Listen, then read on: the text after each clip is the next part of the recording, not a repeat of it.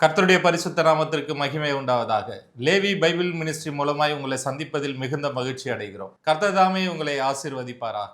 இன்றைக்கு நாம் தியானிக்க போகின்ற தேவ செய்தியின் தலைப்பு AI தொழில்நுட்பத்துடன் கூடிய அந்தி கிறிஸ்துவின் ஆட்சி. இன்று உலகம் மிக முக்கியமான ஒரு காலகட்டத்திற்குள் நுழைந்திருக்கிறது. AI தொழில்நுட்பம் மிக தீவிரமாக முன்னேறி கொண்டு வருகிறது. இந்த தொழில்நுட்பத்தின் உதவியோடு ஒரு சிலையை உண்டு பண்ணி அந்த சிலைக்கு உயிரை கொடுக்க முடியும். உயிரை கொடுத்து அந்த சிலையை பேசவும், சிரிக்கவும், சிந்திக்கவும், நடக்கவும் வைத்திருக்கிறார்கள். அப்படியானால் நாம் அந்தி கிறிஸ்துவின் ஆட்சியின் மிக நெருங்கிய காலகட்டத்திற்குள் வந்திருக்கிறோம். இப்பொழுது அமெரிக்க அதிபர் ட்ரம்ப் ஒரு மிக முக்கியமான ஒரு முடிவை எடுத்திருக்கிறார். ஐநா சபைக்கு எதிராக ஒரு அமைப்பை உருவாக்கி இருக்கிறார். அது சமாதானத்தின் வாரியம் என்ற ஒரு அமைப்பை உருவாக்கி அதில் தன்னையே தலைவராக ஏற்படுத்தியிருக்கிறார். அவர் உயிரோடு இருக்கும் நாளளவும் அவரை யாரும் அந்த பதவியிலிருந்து விலக்கவே முடியாது.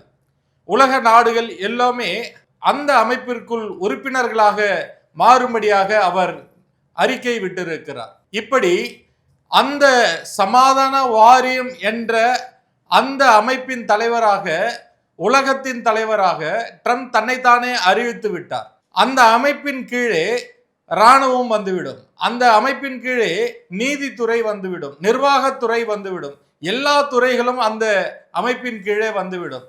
ஆக ட்ரம்ப் மூலமாக அந்தி கிறிஸ்துவின் ஆட்சி மிக நெருங்கிய காலகட்டத்துக்குள் வந்திருக்கிறது. அப்படியானால் அந்தி கிறிஸ்துவின் ஆட்சி மிக நெருங்கிய காலகட்டத்திற்குள் வந்திருக்கிறது என்றால் இயேசு கிறிஸ்துவின் வருகை மிக சமீபமாய் இருக்கிறது. அந்த அந்தி கிறிஸ்துவின் ஆட்சியை குறித்து தான் நாம் இன்று தியானிக்க போகிறோம். இன்று உலகத்திலே பலவிதமான அரசுகள் செயல்பட்டு கொண்டிருக்கின்றன. ஜனநாயக அரசு, சர்வாதிகார அரசு என்று ஒவ்வொரு நாடுகளிலும் பலவிதமான அரசுகள் செயல்பட்டாலும் உலகத்தில் இரண்டு விதமான ஆவிக்குரிய அரசுகள் செயல்பட்டு கொண்டு இருக்கின்றன. ஒன்று இயேசு கிறிஸ்துவே மெய்யான தெய்வம் என்ற இயேசு கிறிஸ்துவின் அரசு.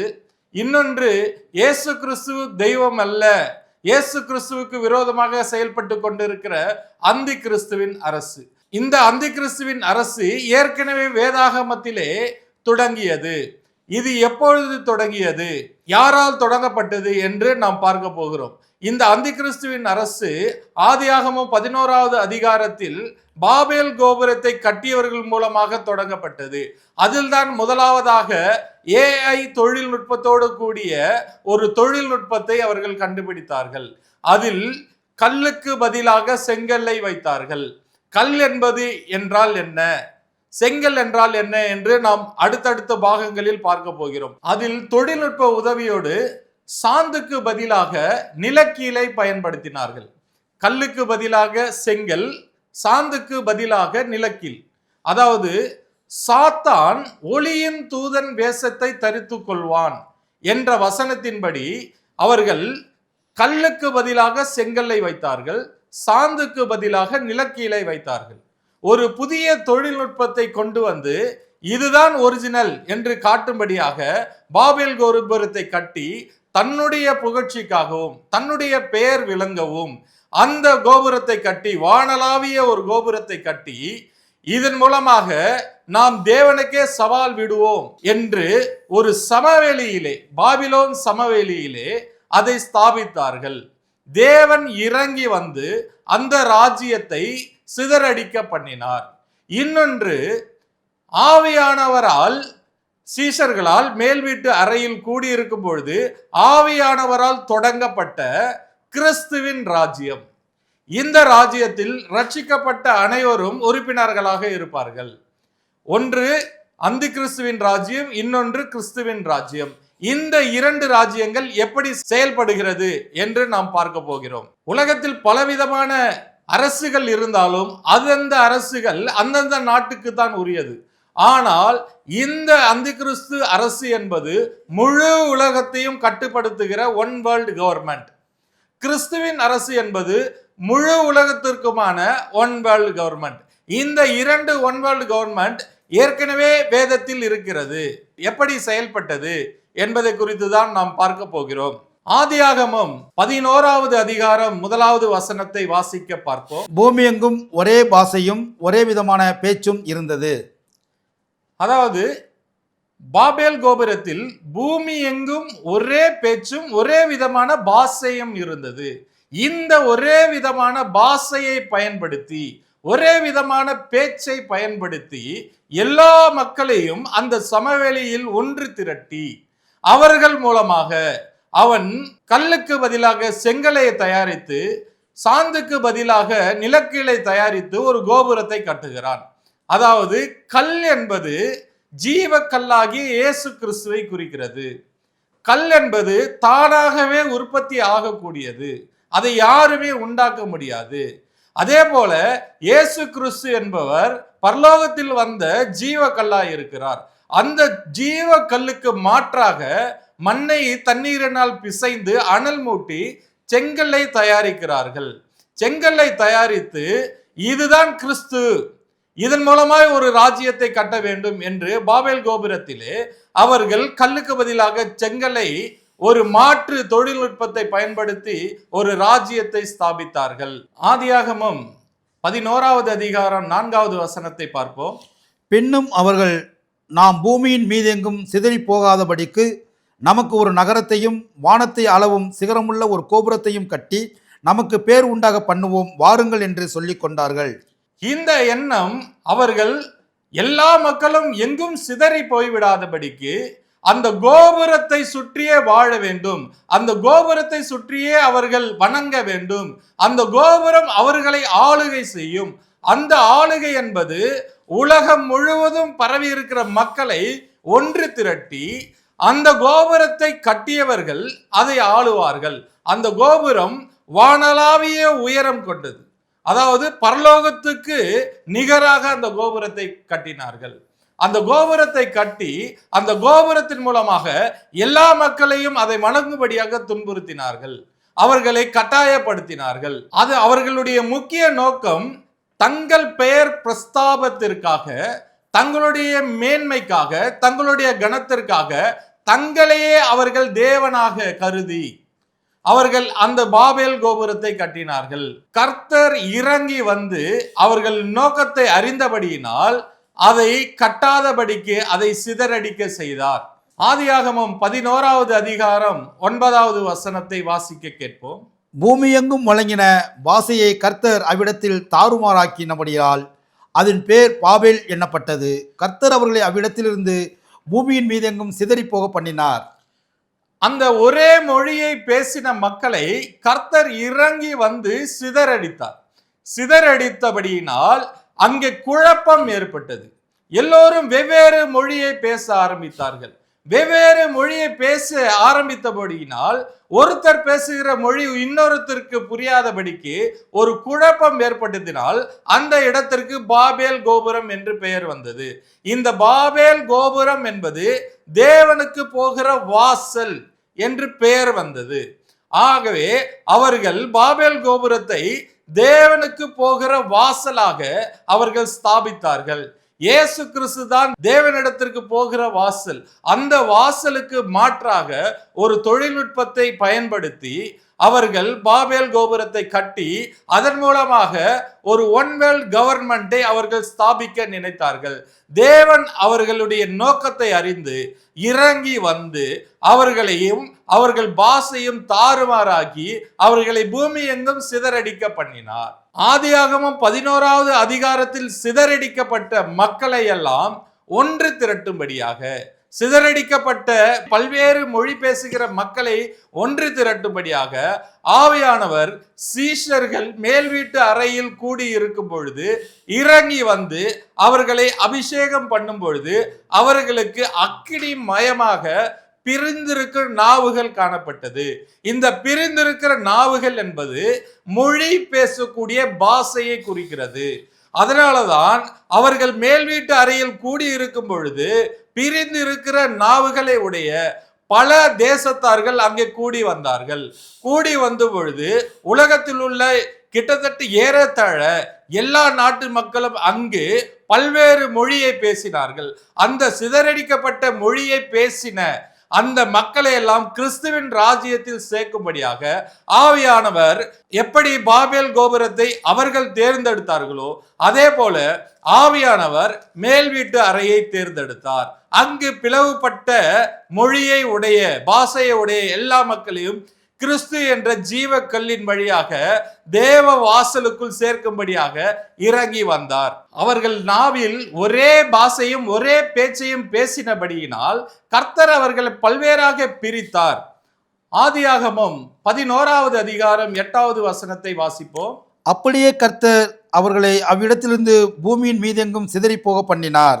அப்பொழுது நகரம் கட்டுகிறதை விட்டுவிட்டார்கள். அவர் கர்த்தர் இறங்கி வந்து அவர்களை சிதறி போக பண்ணினபடியினால் அவர்கள் அந்தி கிறிஸ்துவின் ஆட்சியை கட்டுவதை நிறுத்திவிட்டார்கள்.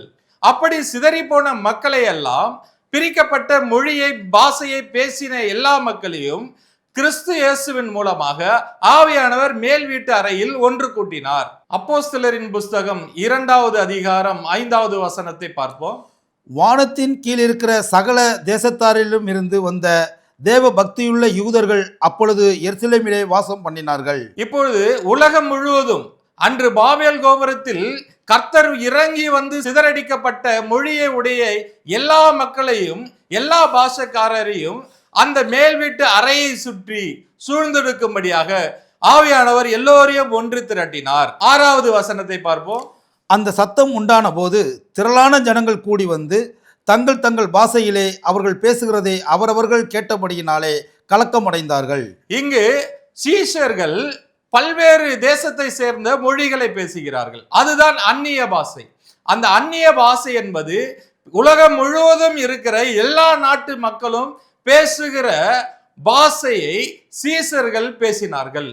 அங்கு உலகத்திலே 20 நாட்டு மொழியை சேர்ந்த மக்களும் அதற்கு மேற்பட்ட நாடுகளில் சேர்ந்த மக்களும் பேசின மொழிகளை சீஷர்கள் பேசினார்கள். இதுதான் பிளவுபட்ட நாவு, அக்கினி நாவு.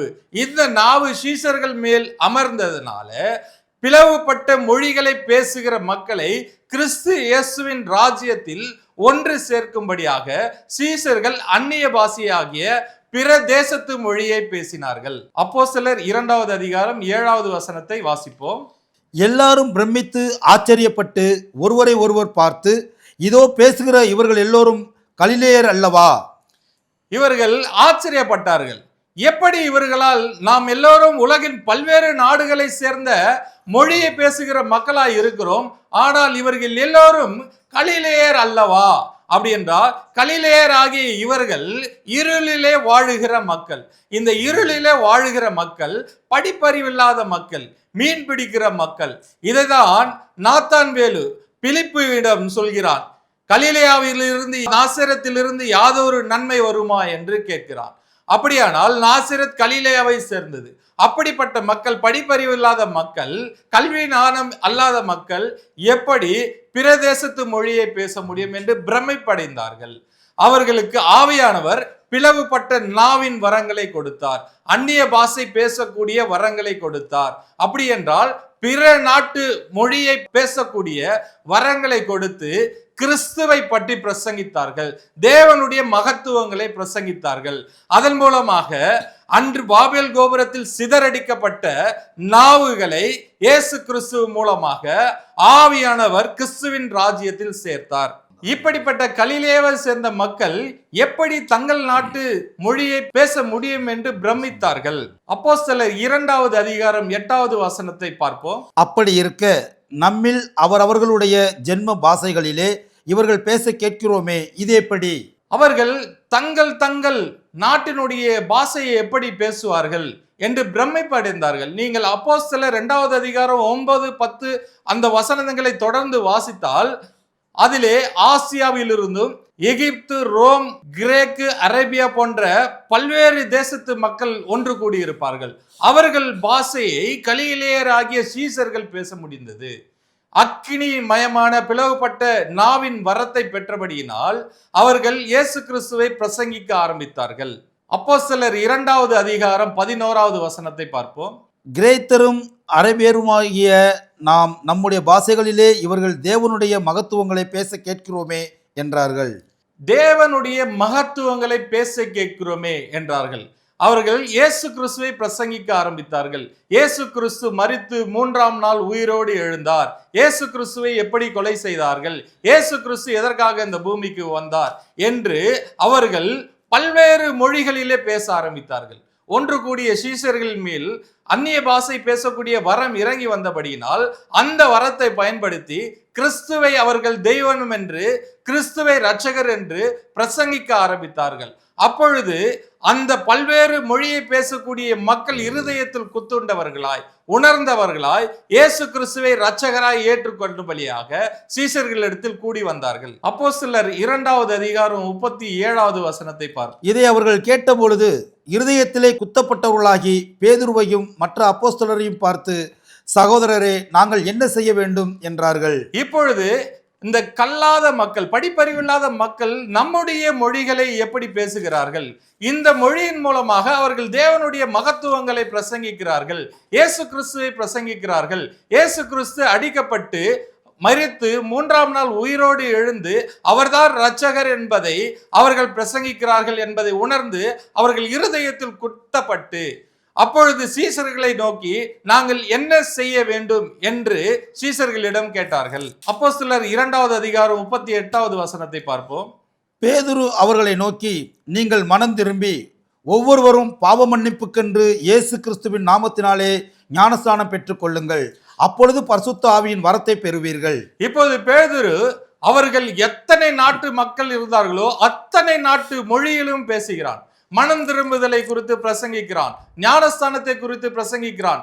இப்பொழுது எங்கள் மேல் பொழிந்தருளின பரிசுத்த ஆவியின் வரங்களை நீங்களும் பெற்றுக்கொள்வீர்கள், மனம் திரும்பி இயேசு கிறிஸ்துவை ஏற்றுக்கொள்ளுங்கள் என்று பிரசங்கிக்க ஆரம்பித்தான். அப்படி பிரசங்கிக்க ஆரம்பிக்கப்பட்ட பொழுது பல்வேறு மொழிகளை பேசின மக்களை அவர்கள் கிறிஸ்துவின் ராஜ்யத்திற்குள் சேர்த்தார்கள். அப்போஸ்தலர் 2வது அதிகாரம் 40வது வசனத்தை பார்ப்போம்.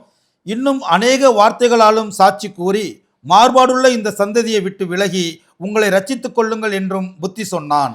இன்னும் அநேக காரியங்களை கிறிஸ்துவை பத்தி சொன்னான்.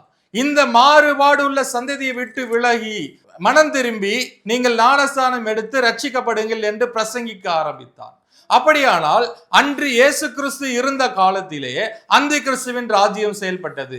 அந்த ராஜ்யம் ஊழியக்காரர்கள் மூலமாகவே செயல்பட்டது. அன்று ஊழியக்காரர்களாய் இருந்த பிரதான ஆசாரியர்களும் மேய்ப்பர்களும் அன்று இருந்த வேதப்பாரர்களும் பரிசேயர்களும் எல்லோரும் அந்த கிறிஸ்துவாக செயல்பட்டார்கள்.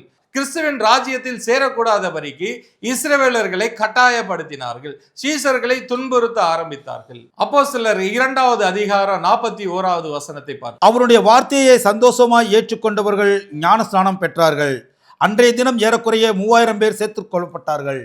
அன்று அவனுடைய வார்த்தையை கேட்டு பல்வேறு தேசத்து மொழியிலே பேசப்பட்ட பேதுருவின் வார்த்தையை கேட்டு அநேகர் விசுவாசத்துக்குள்ளே வந்து இயேசு கிறிஸ்துவை தேவனாக ஏற்றுக்கொண்டு இரட்சகராக ஏற்றுக்கொண்டு மனம் திரும்பி ஞானஸ்தானம் பெற்று ஏறக்குறைய 3000 பேர் சபையில் சேர்த்துக் கொள்ளப்பட்டார்கள். அதாவது கிறிஸ்துவின் ராஜ்யத்தில், கிறிஸ்துவின் ராஜ்யம் என்ற ஒன்வெல் கவர்மெண்டில் அவர்கள் உறுப்பினர்களாக சேர்ந்தார்கள். இந்த கிறிஸ்துவின் ராஜ்யத்துக்கு விரோதமாக அந்த கிறிஸ்துவின் ராஜ்யம் அன்றே செயல்பட்டது, இன்றும் செயல்பட்டு கொண்டிருக்கிறது. எப்படி கர்த்தர் இறங்கி வந்து பாபேல் கோபுரத்தில் அந்த கிறிஸ்துவின் ஆட்சியை ஸ்தாபிக்கும்படியாக ஒரே மொழியை பேசின மக்களை சிதறடித்து பல்வேறு மொழியை பேசுகிறவர்களாய் சிதறடித்தாரோ, அப்படியே ஆவியானவர் மேல் வீட்டிலே இறங்கி வந்து அதே ஒரே மொழியாகிய இயேசு கிறிஸ்து என்ற மொழியை பயன்படுத்தி பிளவுபட்ட எல்லா பாஷைகளை பேசுகிற மக்களை கிறிஸ்து இயேசு என்னும் ஒன்வெல் கவர்மெண்ட்டுக்குள் சேர்த்தார். இன்றும் ஊழியக்காரர்கள் மூலமாக அந்த கிறிஸ்துவின் ஆட்சி நடைபெற்று கொண்டிருக்கிறது. ஊழியக்காரர்கள் கிறிஸ்துவை பிரசங்கிப்பதற்கு பதிலாக, ஜீவக்கல்லாகிய இயேசுவை பிரசங்கிப்பதற்கு பதிலாக செங்கல்லையும் மண்ணையும் பிரசங்கித்து கொண்டு வருகிறார்கள். மத்தேயு 23வது அதிகாரம் 15வது வசனத்தை பார்ப்போம். மாயக்காரரே, வேதபாரகரே, பரிசேயரே, உங்களுக்கு ஐயோ! ஒருவனை உங்கள் மார்க்கத்தானாக்கும்படி சமுத்திரத்தையும் பூமியையும் சுற்றித் திரிகிறீர்கள். அவன் உங்கள் மார்க்கத்தானாக ஆனபோது அவனை உங்களிலும் இரட்டிப்பாய் நரகத்தின் மகனாக்குகிறீர்கள். இங்கு அதே ஊழியக்காரர்கள் தான் இயேசு கிறிஸ்துவை ஏற்காதபடிக்கு, இயேசு கிறிஸ்துவை இரட்சகர் என்று பிரசங்கம் செய்யாதபடிக்கு சீஷர்களிடத்தில் போய் உலகம் முழுவதும் சுற்றி திரிந்து அவர்களை தங்கள் மார்க்கத்திற்கு மாற்றி அவர்களும் நரகத்திற்கு போகிறார்கள், அவர்களை பின்பற்றுகிறவர்களையும் நரகத்துக்கு போக விடுகிறார்கள். இதைதான் எசேக்கியேல் 13வது அதிகாரம் 10வது வசனத்தில் கர்த்தரே சொல்கிறார். சமாதானம் இல்லாதிருந்தும் சமாதானம் என்று சொல்லி அவர்கள் என் ஜனத்தை மோசம் போக்குகிறார்கள். ஒருவன் மண் சுமரை வைக்கிறான், இதோ மற்றவர்கள் சாரமில்லாத சாந்தை அதற்கு பூசுகிறார்கள். இங்கு மண் சுவரை வைப்பது ஊழியக்காரர்கள். மண் சுவர் என்றால் என்ன? பூமியை பிரசங்கித்துக் கொண்டிருக்கிறார்கள். அவர்கள் ஜீவ கல்லை பிரசங்கிக்க வேண்டும், கிறிஸ்துவை பிரசங்கிக்க வேண்டும். கிறிஸ்துவுக்கு பதிலாக மாற்றாக மண் சுவரை பிரசங்கிக்கிறார்கள். மேற்பூச்சாக சாந்தை பூசுகிறார்கள். சத்தியத்தை மேற்பூச்சாக சொல்லிக் கொடுக்கிறார்கள். சாரமில்லாத சாந்து என்பது சத்தியத்தை சத்தியமாக போதிக்காத தன்மை. இவர்கள் மண் சுவரை பூசுகிறது என்பது பூமியில் உள்ள ஆசிகளையும் ஆசீர்வாதங்களையும் எல்லா விதமான மேன்மைகளையும் பிரசங்கித்துக் கொண்டிருக்கிறார்கள். ஜீவக்கல்லாகிய இயேசுவை பிரசங்கிக்கவில்லை. சாந்தாகிய சத்தியத்தை விசுவாசிகளுக்கு சொல்லிக் கொடுப்பதில்லை. கர்த்தர் அவர்களை பார்த்து பெரும் மழை பொழிந்து பெரு வெள்ளம் வந்து அதை நான் இடிய பண்ணுவேன். எசேக்கியேல் 13வது அதிகாரம் 11வது வசனத்தை பார்ப்போம். சாரமில்லாத சாந்தை பூசுகிறவர்களை நோக்கி நீ இடிந்து விழும் என்று சொல். வெள்ளமாக பெருகிற மழை பெய்யும். மகா கல்மழையே நீ சொரிவாய். கொடிய புசல் காற்றும் அதை பிளக்கும். இந்த சாரம் இல்லாத சாந்தை, சத்தியத்தை சாரமாக சொல்லாத ஊழியக்காரர்கள் கட்டின ஊழியத்தை கர்த்தருடைய கோபமாகிய பெரு வெள்ளம் சுழிந்து அதை இடிய செய்வார், அதை புறக்கணிக்க செய்வார், அதை விழும்படியாக செய்வார். 12வது வசனத்தை வாசிப்போம். இதோ சுவர் விழும்போது நீங்கள் பூசின பூச்சி எங்கே என்று சொல்வார்கள் அல்லவா? சுவர் இடிந்து விழும்படியாக செய்வார். அதனால விசுவாசிகளும் தங்கள் மேல் என்ன கட்டுகிறார்கள் என்பதை சோதித்து பார்க்க வேண்டும். விசுவாசியாகிய நம் மீது ஊழியக்காரர்கள் கிறிஸ்துவை போதிக்கிறார்களா? கிறிஸ்துவின் சத்தியத்தை போதிக்கிறார்களா? உலகத்துக்குரிய மேன்மையும் பகையும் விரோதத்தையும் ஆசீர்வாதத்தையும் சொல்லி போதித்துக் கொண்டிருக்கிறார்களா? இல்லை நம்மை கிறிஸ்துவை போல மாட்டுகிற உபதேசத்தை சொல்லி கொண்டிருக்கிறார்களா என்று நாம் சோதித்து அறிய வேண்டும். அவனவன் கட்டினது அக்கினியாவது சோதிக்கும். சோதிக்கும் பொழுது அது வெந்து உருகி போகும். நாம் நமக்கு சொல்லிக் கொடுக்கிற சத்தியம் எப்படிப்பட்ட சத்தியம் என்று நம் ஒவ்வொருவரும் தியானிக்கும்படியாக அப்படிப்பட்ட சத்தியங்களை நாம் உற்று கவனிக்கும் பொழுது நமக்கு சொல்லிக் கொடுக்கிற சத்தியம் அது அந்தி கிறிஸ்துவின் சத்தியமா? ஊழியக்காரர்களே அந்தி கிறிஸ்துவின் வேஷத்தை தரித்து கொண்டிருக்கிறார்கள். அவரை கிறிஸ்துவுக்கு பதிலாக மாற்று உபதேசத்தை உபதேசித்துக் கொண்டிருக்கிறார்கள். இப்படி பாபேல் கோபுரத்திலே கல்லுக்கு பதிலாக செங்கலை பிரசங்கித்தார்கள், சாந்துக்கு பதிலாக நிலக்கிளை பிரசங்கித்தார்கள். கர்த்தர் இறங்கி வந்து அந்த ராஜ்யத்தை சிதறடித்தார். இப்பொழுதும் ஊழியக்காரர்கள் அந்தி கிறிஸ்துவை போல ஜீவக்கல்லாகிய கிறிஸ்துவை போதிக்காமல், சாந்தாகிய சத்தியத்தை போதிக்காமல், செங்கல்லையும் மண்ணையும் நிலக்கிளையும் போதித்துக் கொண்டிருந்தால் கர்த்தர் இறங்கி வந்து அந்த ராஜ்யத்தை சரிந்து போக செய்வார். நாம் எச்சரிக்கையாக இருப்போம். இன்னும் சில நாட்களிலே அந்தி கிறிஸ்துவின் ராஜ்யம் ஸ்தாபிக்கப்பட போகிறது. அதற்கு முன்பாக இயேசு கிறிஸ்து வர இருக்கிறார். இயேசு கிறிஸ்துவின் ராஜ்யத்தில் நாம் காணப்பட வேண்டும் என்றால், அவருடைய ரகசிய வருகையில் நாம் காணப்பட வேண்டும் என்றால், நாம் சத்தியத்தில் நடக்கிறவர்களாய், ஜீவ கல்லை அவரை போல நாம் மாறுகிறவர்களாய் காணப்பட வேண்டும். அப்படிப்பட்ட உபதேசங்களை கேட்டு நாம் நம்மை ஜீவ கல்லாகி இயேசு கிறிஸ்துவுக்கு பிள்ளைகளாக மாற்றி வருகையில் காணப்பட நாம் தயாராக இருப்போம். கர்த்ததாமே உங்களை ஆசீர்வதிப்பாராக. God bless you. அடுத்த பாகத்தில் அந்தி கிறிஸ்துவின் ஆட்சியில் செங்கல் என்றால் என்ன, கல் என்றால் என்ன, சாந்து என்றால் என்ன, நிலக்கீல் என்றால் என்ன, அந்தி கிறிஸ்து எப்படி நம்மளை துன்பப்படுத்துவான், ஏஐ தொழில்நுட்பம் எப்படி செயல்படும் என்பதை குறித்து அடுத்த பாகத்தில் பார்ப்போம். கர்த்தர் உங்களை ஆசீர்வதிப்பாராக. God bless you. இந்த ஜெப வேலையிலே இந்த தொலைக்காட்சி மூலமாய் பார்த்து கொண்டிருக்கிற நீங்கள் யாவராக இருந்தாலும் சரி, எப்படியாப்பட்ட வேதியாலும் எப்படியாப்பட்ட பிரச்சனை, கண்ணீர், கஷ்டமாக இருந்தாலும் நிச்சயமாய் ஆண்டவராகிய இயேசு கிறிஸ்துவை நீங்கள் நம்பினால் உங்களுக்கு விடுதலை, சுகம், அற்புதம் நிச்சயமாய் நடக்கும். ஜெப வேலையிலே நீங்கள் யாவரும் என்னோடு இணைந்து ஜெபியுங்கள்.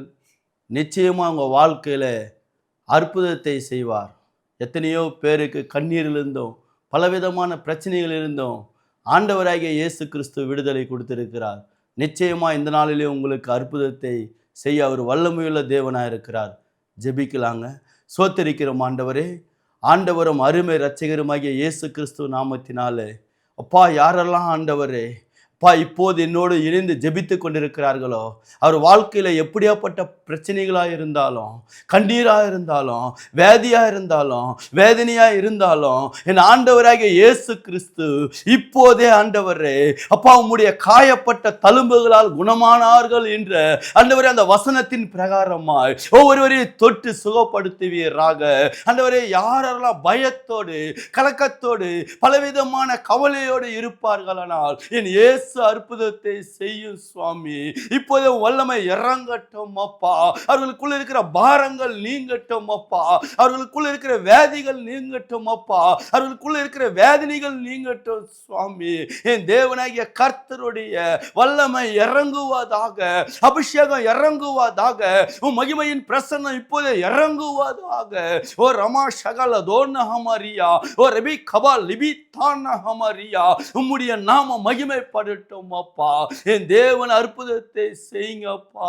ஆண்டவரே, கண்ணீரோடு ஆண்டவரே கவலையோடு துக்கத்தோடு பிசாசு பிடியில் இருக்கிற ஒவ்வொருவருக்கும் என் இயேசு அற்புதத்தை செய்வீராக. சுகப்படுத்துற வல்லமை இறங்கட்டும் அப்பா. உன் மகிமையான பிரசன்னம் இறங்குவதாக. என் தேவன் அற்புதத்தை செய்யுங்கப்பா. என் தேவனாகிய கர்த்தர் இப்போதே ஆண்டவரே அவர்கள் வாழ்க்கையில சமாதானத்தை தருவீராக. ஆண்டவரே, ஒவ்வொருவரையும் நீர் தொட்டதுக்காய் நன்றி. ஒவ்வொருவருக்கும் என் தேவன் அப்பா இந்த ஜெப வேளையிலே விடுதலையை சுகத்தியும் ஆண்டவரே என் தேவன் கொடுத்து கொண்டிருக்கிறீர். அதற்காய் நன்றி செலுத்துகிறேன் அப்பா. ஒவ்வொருவரும் மீதும் உன் வல்லமை, உன் பிரசன்னம், உன் மகிமை இறங்கி கொண்டிருக்கிற கிருபைகளுக்காய் தயவுக்காய் உமக்கு நன்றி செலுத்துகிறோம் அப்பா.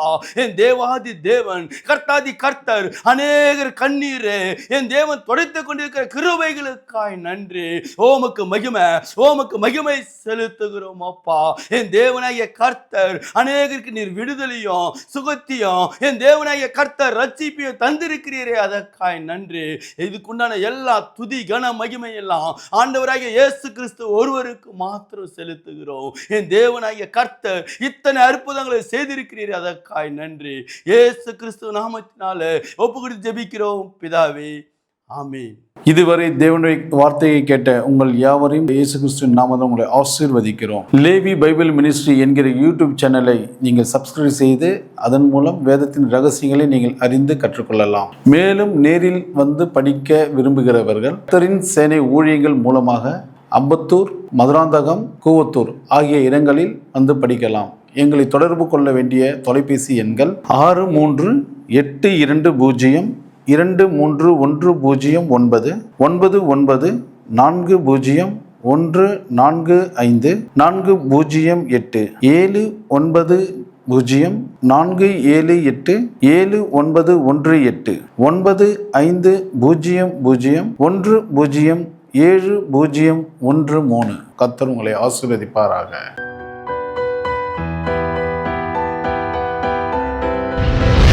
கர்த்தர் உங்களை ஆசீர்வதிப்பாராக.